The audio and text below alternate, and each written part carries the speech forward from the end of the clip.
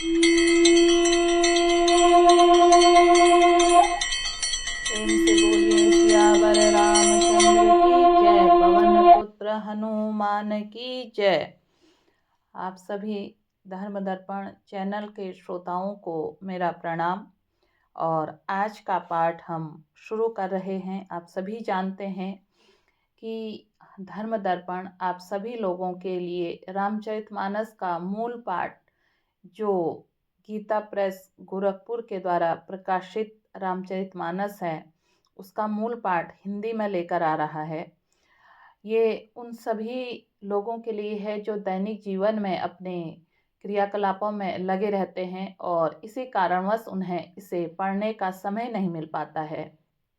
मैं चाहती तो इसे गाकर भजन के रूप में या इसे दोहे इन सब के रूप में आपको दे सकती थी या सुना सकती थी, लेकिन मूल पाठ का जो अर्थ है वो इसी तरह पढ़ने से इसका फल प्राप्त होता है। क्योंकि जो मंत्र और ये सारी चीज़ें हैं ये मनोरंजन के लिए नहीं है, बल्कि हमारी आध्यात्मिक उन्नति के लिए हैं।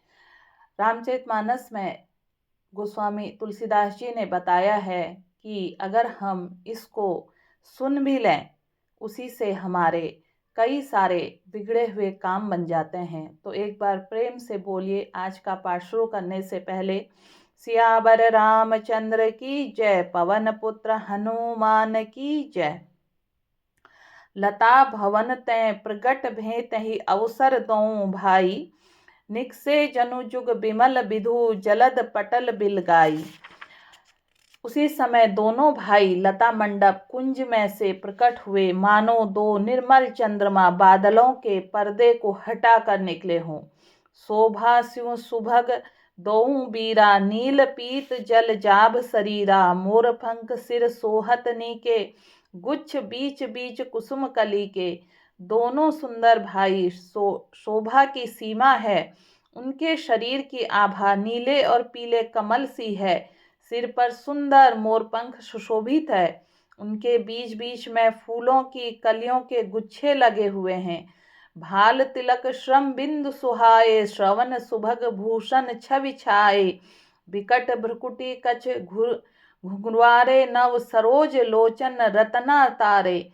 माथे पर तिलक और पसीने की बूंदें शोभामयान हैं, कानों में सुंदर भूषणों की छवि छाई है और टेढ़ी भौहें और घुंघराले बाल हैं।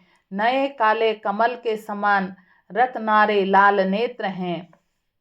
चारु चिबुक नासिका कपोला, हास बिलास लेत मनु मोला, मुख छवि कही न जाई, मोहि पाही जो बिलो की बहु काम लजाही। ठोड़ी नाक और गाल बड़े सुंदर है और हंसी की शोभा मन को मोल लिए लेती है। मुख की छवि से तो मुझसे कही नहीं जाती, जिसे देखकर बहुत से कामदेव लजा जाते हैं।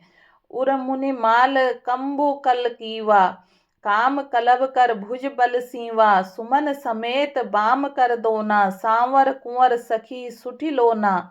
वक्ष स्थल पर मणियों की माला है, शंख के सदृश सुंदर गला है, कामदेव के हाथी के बच्चे की सूंड के समान उतार चढ़ाव वाली कोमल भुजाएं हैं, जो बल की सीमा है, जिसके बाएं हाथ में फूलों सहित दोना है। हे सखी, यह सांवला कुंवर तो बहुत ही सलोना है।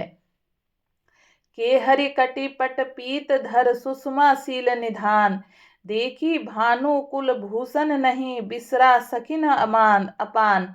सिंह की सी पतली लचीली कमर वाले पीतांबर धारण किए हुए, शोभा और शील की भंडार सूर्य कुल के भूषण श्री रामचंद्र जी को देखकर सखियां अपने आप को भूल गई।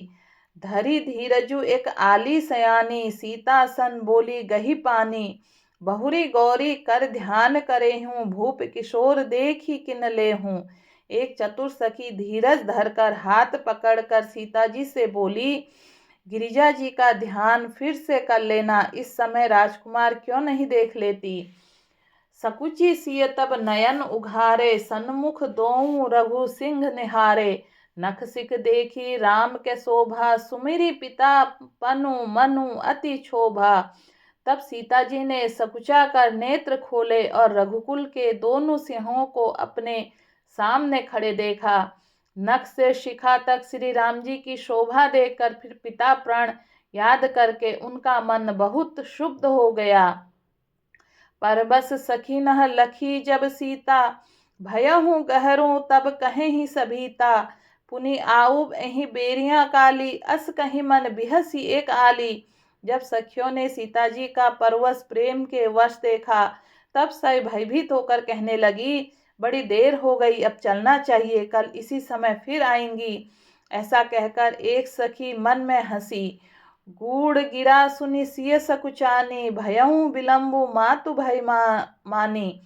धरी बड़ी धीर रामू उर आने, फिरी अपन पऊ पितु बस जाने। सखी की यह रहस्य भरी वाणी सुनकर सीता जी सकुचा गई। देर हो गई जान उन्हें माता का भय लगा। बहुत धीरज धर कर वे श्री रामचंद्र जी के हृदय में ले आई और उनका ध्यान करती हुई अपने पिता के अधीन जानकर लौट चली। देखन मिस मृग बिहग तरु फिरई बिहोरी बहोरी, बहोरी निरखी निरखी रघुबीर, छवि बाड़ई प्रीति न थोरी। मृग पक्षी और वृक्षों को देखने के बहाने सीता जी बार बार घूम जाती हैं और श्री राम जी की छवि देख देख कर उनका प्रेम कम नहीं बढ़ रहा है, अर्थात बहुत ही बढ़ता चला जाता है। जानी कठिन शिव चाप बिसुरती, चली राखी उर श्यामल मूर्ति। प्रभु जब जात जानकी जानी, सुख स्नेह शोभा गुण खानी। शिव जी के धनुष कठोर जानकर वे विसुरती में मन में विलाप करती हुई हृदय में श्री राम जी की सांवली मूर्ति को दे रख कर चली। शिव जी के धनुष कठोरता का स्मरण आने से उन्हें चिंता होती थी कि ये सकुमार रघुनाथ जी उसे कैसे तोड़ेंगे। पिता के प्रण की स्मृति से उनके हृदय में क्षोभ था, इसलिए मन में विलाप करने लगी। प्रेमवश ऐश्वर्य की विस्मृति हो जाने से ऐसा हुआ। फिर भगवान के बल का स्मरण आते ही वे हर्षित हो गई और सांवली छवि को हृदय में धारण करके चली। प्रभु श्री राम जी ने जब सुख, स्नेह, शोभा और गुणों की खान श्री जानकी जी को जाते हुए जाना, परम प्रेमय मृदु मसी की नहीं, चारु चित भीति लिखी ली नहीं। गई भवानी भवन भवोरी, बंदी चरण बोली कर जोरी। तब परम प्रेम कोमल शाही बनाकर उनके स्वरूप को अपने सुंदर चित्रूपी भित्त रूपी चित्रित कर लिया। सीता जी पुनः भवानी जी के मंदिर में गई और उनके चरणों की वंदना करके हाथ जोड़कर बोली, जय जय गिरिबराज किशोरी, जय महेश मुख चंद चकोरी। जय गज बदन षडानन माता, जगत जननी दामिनी दुति गाता। हे श्रेष्ठ पर्वतों के राजा हिमांचल की पुत्री पार्वती, आपकी जय हो जय हो। हे महादेवी जी के मुख रूपी चंद्रमा की ओर टकटकी लगाकर देखने वाली चकोरी, आपकी जय हो। हे हाथी के मुख वाली गणेश जी और 6 मुख वाली स्वामी कार्तिकी जी की माता, हे जगत जननी, हे बिजली की सी कांति युक्त शरीर वाली, आपकी जय हो।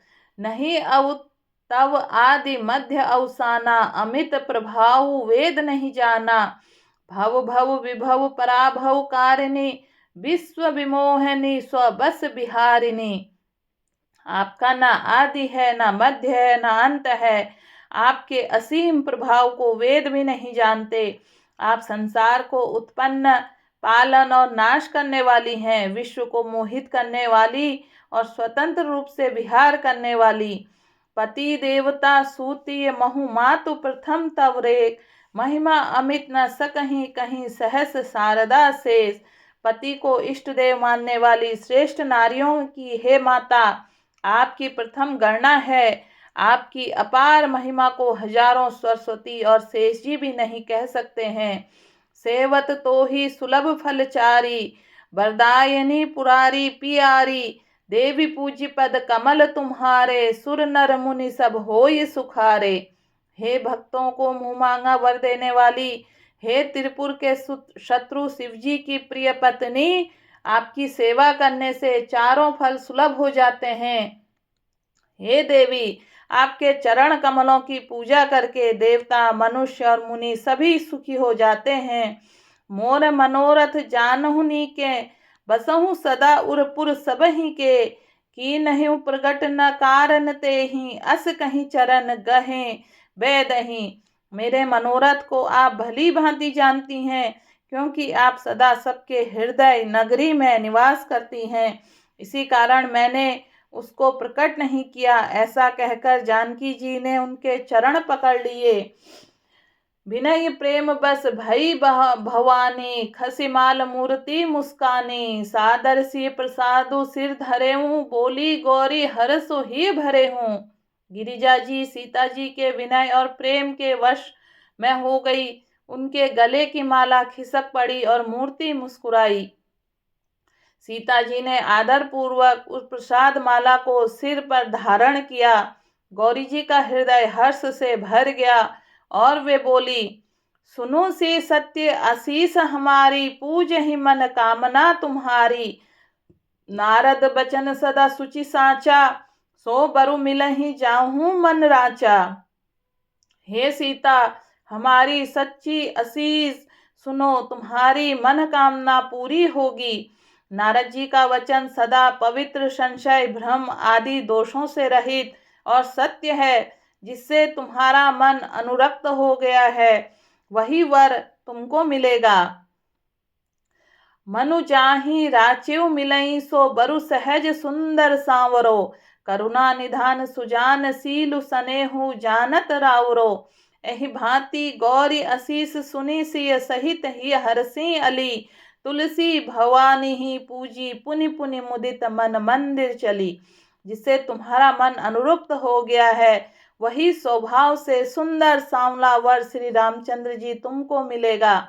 वह दया का खजाना और सुजान सर्वज्ञ है, तुम्हारे शील और स्नेह को जानता है। इस प्रकार श्री गौरी जी का आशीर्वाद सुनकर जानकी जी समेत सब सखियां हृदय में हर्षित हुई हैं। तुलसीदास जी कहते हैं, भवानी जी को बार बार पूछकर सीता जी प्रसन्न मन से राजमहल लौट चली। जानी गौरी अनुकूल सियहि, हरसु न जाय कहीं। मंजुल मंगल मूल बाम, अंग फरकन लगे। गौरी जी का अनुकूल जानकर सीता जी को हृदय में हर्ष हुआ। वह कहा नहीं जा सकता। सुंदर मंगल के मूल उनके बाएं अंग फड़कने लगे। हृदय सराहत सिय लोनाई, गुरु समीप गवने दो भाई। राम कहा सबु कौशिक पाही, सरल स्वभाव छुअत छल नाही। हृदय में सीता जी के सौंदर्य की सराहना करते हुए दोनों भाई गुरु जी के पास गए। श्री रामचंद्र जी ने विश्वामित्र जी से सब कुछ कह दिया, क्योंकि उनका सरल स्वभाव है, छल तो उसे छूता भी नहीं है। सुमन पाई मुनि पूजा कीनी, पुनि आशीष दूं भायन दीनी। सुफल मनोरथ होऊं तुम्हारे, राम लखनु सुनि भय सुखारे। फूल पाकर मुनि ने पूजा की, फिर दोनों भाइयों को आशीर्वाद दिया कि तुम्हारे मनोरथ सफल हों। यह सुनकर श्री राम और लक्ष्मण सुखी हुए। करी भोजन मुनि बर विज्ञानी, लगे कहन कछु कथा पुरानी। विगत दिवस गुरु आयुष पाई, संध्या करन चले दो भाई। श्रेष्ठ विज्ञानी मुनि विश्वामित्र जी भोजन करके कुछ प्राचीन कथाएं कहने लगे। इतने में दिन बीत गया और गुरुजी की आज्ञा पाकर दोनों भाई संध्या करने चले। प्राची दिशि शशि उयऊ सुहावा, सिय मुख सरसी देखि सुख पावा। बहुरी विचारु कीन मन माही, सिय बदन सम हिम कर नाही। उधर पूर्व दिशा में सुंदर चंद्रमा उदय हुआ। श्री रामचंद्र जी ने उसे सीता जी के मुख के समान देखकर सुख पाया। फिर मन में विचार किया, यह चंद्रमा सीता जी के मुख के समान नहीं है। जन्म सिंधु पुनि बंधु विशुदिन मलिन, सकल लंक शिय मुख समता पाव, किमि चंदु बापुरो रंग। खारे समुद्र में तो इसका जन्म, फिर उसी समुद्र से उत्पन्न होने के कारण विष इसका भाई। दिन में यह मलिन शोभाहीन निस्तेज रहता है और कलंकी काले दाग से युक्त है। बेचारा गरीब चंद्रमा सीता जी के मुख की बराबरी कैसे पा सकता है। घटई बढ़ई ब्रीहिणी दुखदाई, ग्रसही राहु निज संधि पाई। कोक शोक प्रद पंकज द्रोही, अवगुण बहुत चंद्रमा तो ही। फिर यह घटता बढ़ता रहता है और विरहणी स्त्रियों को दुख देने वाला है। राहु अपनी संधि में पाकर इसे ग्रास लेता है। चकवे को चकवी के वियोग का शोक देने वाला और कमल का बैरी उसे मुरझा देने वाला। हे चंद्रमा, तुझ में बहुत से अवगुण हैं जो सीता जी में नहीं है। बैदही मुख पटतर दीन है, होई दोष बड़ अनुचित कीन है। श्री मुख छवि विधु ब्याज बखानी, गुर बही चले निशा बढ़ जानी। अतः जानकी जी के मुख की तुझे उपमा देने में बड़ा अनुचित कर्म को करने का दोष लगेगा। इस प्रकार चंद्रमा के बहाने सीता जी के मुख की छवि का वर्णन करके बड़ी रात हो गई। जान वे गुरुजी के पास चले। करी मुनि चरण सरोज प्रणामा, आयुष पाई कीन्ह विश्रामा। विगत निशा रघुनायक जागे, बंधु बिलो की कहन अस लागे। मुनि के चरण कमलों में प्रणाम करके आज्ञा पाकर उन्होंने विश्राम किया। रात बीतने पर श्री रघुनाथ जी जागे और भाई को देखकर ऐसा कहने लगे। उयऊ अरुण अवलोक कहूँ ताता, पंकज कोक लोक सुखदाता। बोले लखनऊ जोरी जुग पानी, प्रभु प्रभाव सूचक मृदुबानी। हे तात देखो कमल चक्रवाक और समस्त संसार को सुख देने वाला अरुणोदय हुआ है। लक्ष्मण जी दोनों हाथ जोड़कर प्रभु के प्रभाव को सूचित करने वाली कोमल वाणी से बोले। अरुणोदय सकुचे कुमुद उड़गन ज्योति मलिन, जिमि तुम्हारा आगमन सुनी भय निरपति बलहीन। अरुणोदय होने से कुमुदिनी सुकुचा गई और तारागण का प्रकाश फीका पड़ गया। जिस प्रकार आपका आना सुनकर सब राजा बलहीन हो गए हैं। नृप सब नखत करही उजियारी, टारी न सकहीं चाप तम भारी। कमल कोख मधुकर खग नाना, हर से सकल निशा अवसाना।